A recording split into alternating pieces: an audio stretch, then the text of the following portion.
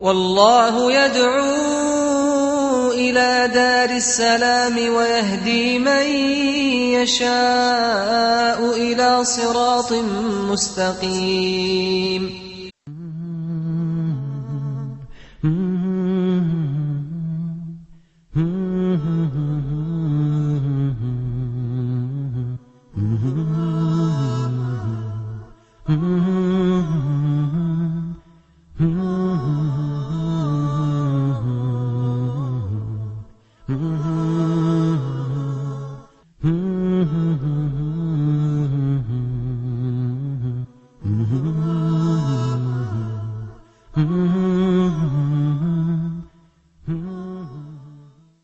بسم الله الرحمن الرحيم. الحمد لله رب العالمين، وصلى الله وسلم وبارك على المبعوث رحمة للعالمين نبينا محمد وعلى آله وصحبه أجمعين. Dear brothers and sisters in Islam, Assalamu alaikum wa rahmatullahi wa barakatuh. We're still studying the seerah of the Prophet sallallahu alaihi wasallam, and now it is official. Our Prophet has reached Medina, and now he is safe and sound. He can practice his religion freely. He can preach to people. He can teach them. He can sit and talk with them without feeling afraid of being oppressed or intimidated because of his own beliefs. The Prophet ﷺ, as you may recall, stayed for 2 weeks in Bani Amr ibn Auf, where he built the mosque of Quba. And then he went to Medina. And as he was passing by the houses of the people of Medina, he was invited to come in. And Allah Azza wa Jal ordered him not to go until the camel stops at the designated house. And so his camel did stop at the house of Abu Ayyub al-Ansari. People would have thought that after 13 years of being oppressed, after 13 years of being persecuted and attacked, that it is time for the Prophet ﷺ to rest. And that was not the case. Immediately, the Prophet ﷺ started by building the masjid of Quba, where people had the chance to perform prayer in security and freedom never practiced before. The Prophet ﷺ immediately conducted meeting after meeting in the house of Abu Ayyub al-Ansari to know the tribes of Medina, to get in touch with them, and to try to formulate this first capital of Islam for the nation of the Muslimin. The Prophet ﷺ sent his companion Zayd ibn Haritha and Abu Rafi' to Medina with 2 camels and 500 dirhams to bring those whom he left behind, such as the family of Abu Bakr, Abdullah ibn Abi Bakr, and his wife, and Aisha. May Allah be pleased with them all. He also sent them to bring his own daughters, Fatima and Kalthum, and his second wife after Khadija, Sauda bint Zum'ah. He also sent them to bring Usama ibn Zayd ibn Haritha and his mother Ayman. Once they all came back, then the Prophet ﷺ was faced with this community he had to rule and govern, so it would be the nucleus for the Islamic State. Our Messenger ﷺ was faced with a problem. This problem was that the Muhajirin, those who migrated, Al-Muhajirin, came without any financial resources, as they were forced to leave their properties and their belongings behind.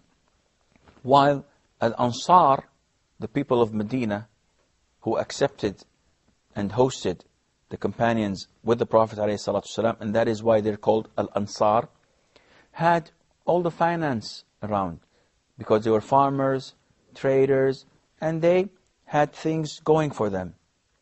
The Prophet ﷺ, faced with this situation, got a number of generous proposals from the Ansar. Some of them said, take what you want from our money, O Prophet of Allah. Take what you want from our property. Share all of it. We could care less. This is all for the sake of Allah. The Prophet ﷺ did not want to be unfair to them. And at the same time, he did not want to deprive Al-Muhajirin from a well-being life. So, he came up with the idea that each one of Al-Muhajirin must be a brother to a particular man from Al-Ansar. So he divided Al-Muhajirin and gave everyone from the Ansar his share. So this man is the brother of that man. And they all went together. They became real brothers to the extent that if one of them died, the other inherited him. And they lived in the same house, and they gave them everything in order for them to live normally. I remember one story that was so beautiful, it was beyond imagination. Sa'd ibn al-Rabi', he was from the Ansar.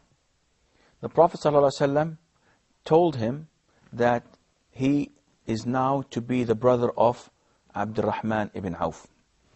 And to those who don't know Abdurrahman ibn Auf,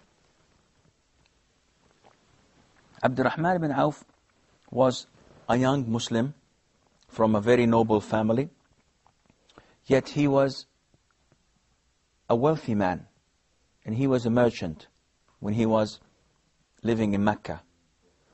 When he migrated, he had to leave everything behind, all of his fortune.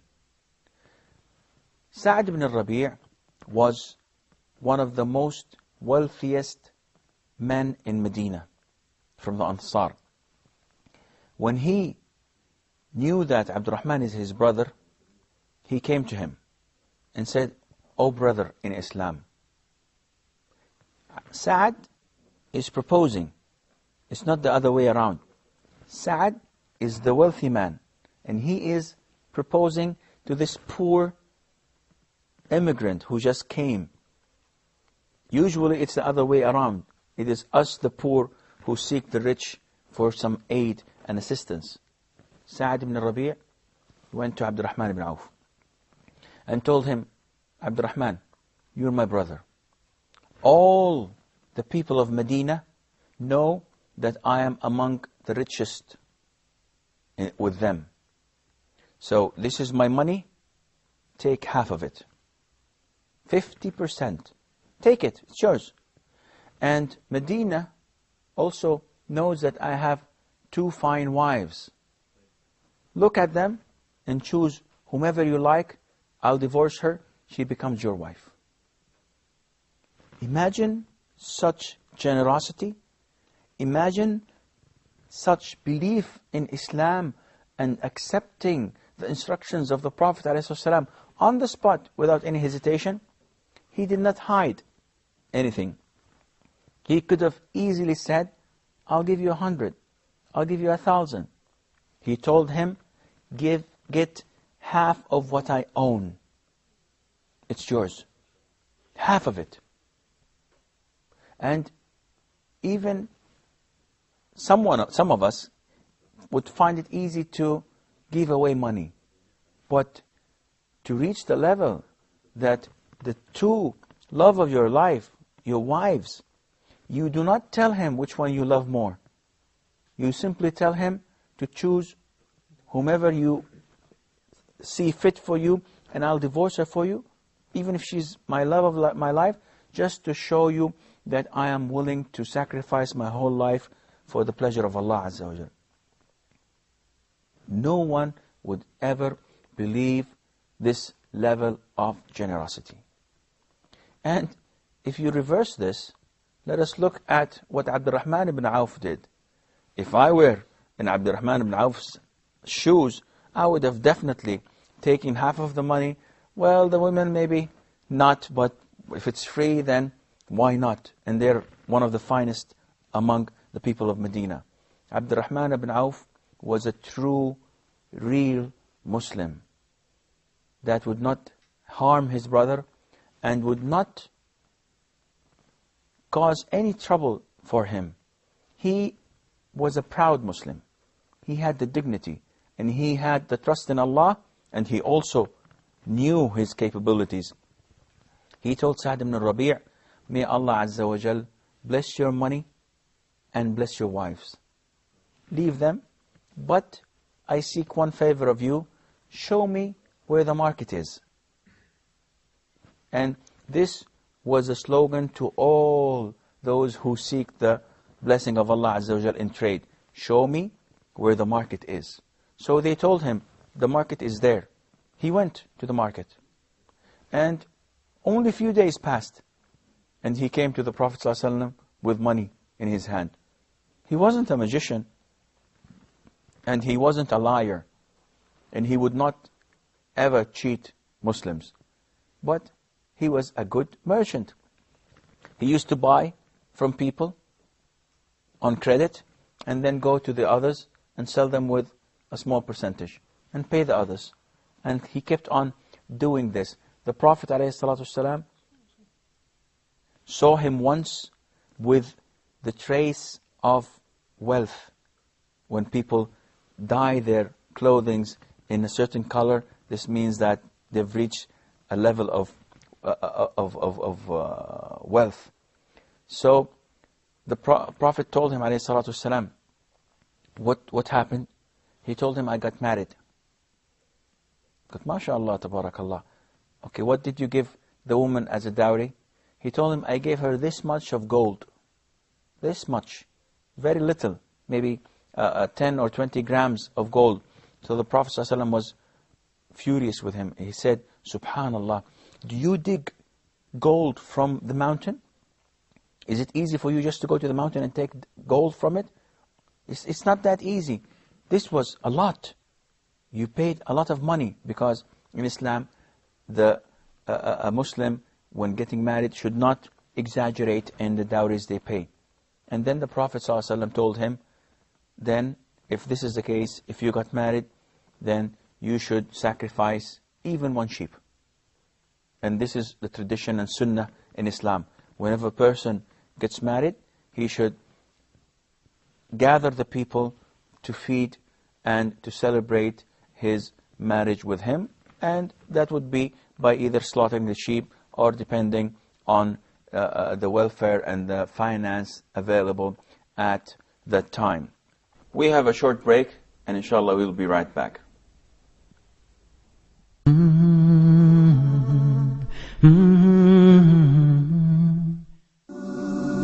If you're 18 or if you're 80, if you've been Muslim for 50 years or 5 minutes, this is a show for you. You know, when 5 times a day our foreheads touch the ground in prayer, we beg for what's most important in our lives. We want to be good people, better Muslims. We want to serve Allah Almighty with all our hearts. In this show, Let's Talk, every week we're going to talk about Islam and life, how to relate with other people and how to serve Allah. We'll have studio guests, we'll have a live studio audience, there'll be an email for you to write to, talk@huda.tv. So if you're looking for something different, looking for something that will make you think, maybe even touch your heart, this is the show for you.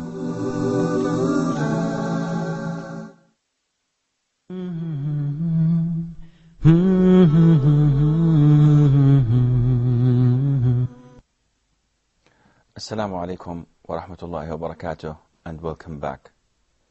Now, the Prophet ﷺ is running the affairs of Medina. He managed to settle the Muhajirin with the Ansar. He brought each one of the Muhajirin and gave him a brother of his own from the Ansar, which meant that the strongest thing between these two different groups was their religion. Sheikh, as we can see, the sacrificing of the Ansar for the Muhajirin of Mecca. So what's your message for the neighbor countries that receiving the immigrants from Sudan, like Palestine, or the nowadays Iraq? The message is crystal clear. The Prophet ﷺ teachings to us were that all the Muslims should be strong, tight, and together as if they are a building, structured by brick. If you remove some of the bricks, the whole building would collapse. The Muslims must be together as a one unit.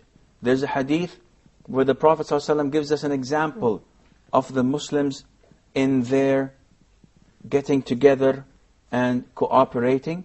He is telling us it is exactly like a person's body. If one part of the body is ill, the whole body suffers with ache, with sleepiness, and with fever. So it is indeed a great role to those who were fortunate and blessed by Allah Azza wa Jal to have the financial resources. But it is indeed a responsibility. If they do not pay the price, they will be punished on the Day of Judgment for not doing their responsibility towards their brothers and sisters who were forced to migrate to them. This is understandable when we see the lack of support our brothers in Palestine are receiving from the other Muslims. The people in Palestine are starving to death. The people in Iraq are starving to death. The people in Afghanistan are starving to death. The people in Chechnya, there are no people in Chechnya anymore because of the oppression and the racist attacks against our brothers, Muslim brothers over there. And all the Muslim nation are sinful at the sight of Allah Azza wa Jal if they do not take the proper measures to support their brothers. We are all sinful at the sight of Allah Azza wa Jal. When we look at the case in Medina, we would find that this was not the case. The Prophet ﷺ associated with them together. Each muhajir from the Hajireen had a brother from Al-Ansar. Yet, there were still poor people who could not support themselves. And these poor people were ranging from 50 to 100. And they used to be called Ahlu As-Suffa. These poor men had only one place to go to, and that was the Masjid of Medina. The companions of the Prophet ﷺ started to live in Medina. But to those who do not know Medina, Medina has a very strange climate to it. Whoever comes to Medina from out of it usually falls sick. And this is exactly what happened to Abu Bakr. It happened to Bilal. It happened to all the companions of the Prophet ﷺ, to the extent that the Prophet ﷺ said a beautiful hadith. And this hadith translates to that no one is patient and accepting the difficult weather of Medina. Anyone who does this, Allah Azza wa Jal will make me intercede for him on the Day of Judgment and be a witness to him. So, if you go to Medina and you find this hardship because of the weather, because of the climate, because of the change of the location, if you are patient and you take this with a good heart, the Prophet ﷺ will intercede for you. He will be a shafi' and he will be a witness for you. And whoever, the Prophet says, abandons Medina, looking forward to something else, because he does not like Medina, the Prophet said, ﷺ, that Allah will bring someone who is much and far better than he is in Medina. which means that the Prophet ﷺ is inviting us to live, if we can, in Medina. And he's threatening those who want to leave, not to leave. And one of the characteristics of Mecca and Medina is, does anybody know? Mecca is not hot as Medina. It's not what? Not hot. No, it's not this characteristics. There is something religiously about Mecca and Medina that are more important than any other country or city in the world. At the end of time, the Prophet tells us that the Dajjal can't enter to these two cities. That the Antichrist, the Dajjal, the impostor Christ, is not the Antichrist actually, he's the impostor Christ, will not be able to enter Medina or Mecca. And the reward of dying in Medina is also great. Not to be buried in Medina. A lot of the people, ignorant people, think that if they die in anywhere else, in Jeddah or in any other city, and then they ask their family to bury them in Medina, that is a great reward. No, it's not. It has nothing to do. On the contrary, it makes life difficult for your family. If you die, you are buried wherever you died. But if you die in Medina, then there is a certain reward for that. Now the Prophet ﷺ saw what hardship his companions were facing with the change of weather. He ordered, or actually he prayed to Allah Azza wa Jal to take this fever and hardship from Medina and throw it to the village of Juhfa, which is the miqat for the people coming from the north of Arabia and coming from the west of Arabia, such as Africa and so on. And so this was the case. Once you look at the companions in Medina, you will find that the only bondage that kept them together was above all Islam. It was the religion that kept them all together. And that is why you find incidents where a father may attack his son because of Islam. And this was the case with Abu Bakr, trying to kill one of his sons in battle because the son was with the pagans. Abu Ubaidah Amr ibn Jarrah was trying to escape his father, but his father stood in front of him and wanted to kill him, and Abu Ubaidah had to fight his father, who was a pagan, attacking and fighting the Muslims. Also, kill him? He had to kill him. This is one of the narrations that was reported. He had to kill him because otherwise he would have killed him and killed other Muslims. This is not natural. It is because you have Islam within you. And the only thing that prevails is Islam. In another incident also, Abu Hudhayfa ibn Utbah ibn Rabi'ah, one of the great companions of Islam. His father was one of the greatest enemies of Islam. When he died in the Battle of Badr, Abu Hudhayfa watched the Muslims dragging his father and throwing him in a well. And he did not move or do anything, simply because he knew that his father was an enemy of the Prophet ﷺ and of Islam. Also, Abu Aziz ibn Umayr, the brother of Mus'ab ibn Umayr, in the Battle of Badr, Mus'ab passed by his brother who was being handcuffed by one of the Muslims. And instead of Mus'ab telling his brother in Islam, take good care of him, make it easy on him, on the contrary, Mus'ab said, tighten it up, because he has a very rich mother that will pay a great ransom that the Muslims would benefit from. The brother was astonished. He said, you are my brother from my father and mother. You're my flesh and blood. You're saying this? Mus'ab told him, brother, this man who is tying you up is more precious to me at the side of Allah than you. So he is really my own brother more than you are. The things that prevailed at the time was love among Muslims. The Prophet ﷺ preached love in the sense that everyone studies Islam nowadays from the Orientals, say Islam preaches hatred, Islam preaches terrorism, and this is not the case. It's black and white. Here is the Quran, here is the Sunnah. Read it and you will find the answers to all of your problems. The Prophet ﷺ preached love. He told the Muslims, it is unlawful for you to not to talk for 3 consecutive days.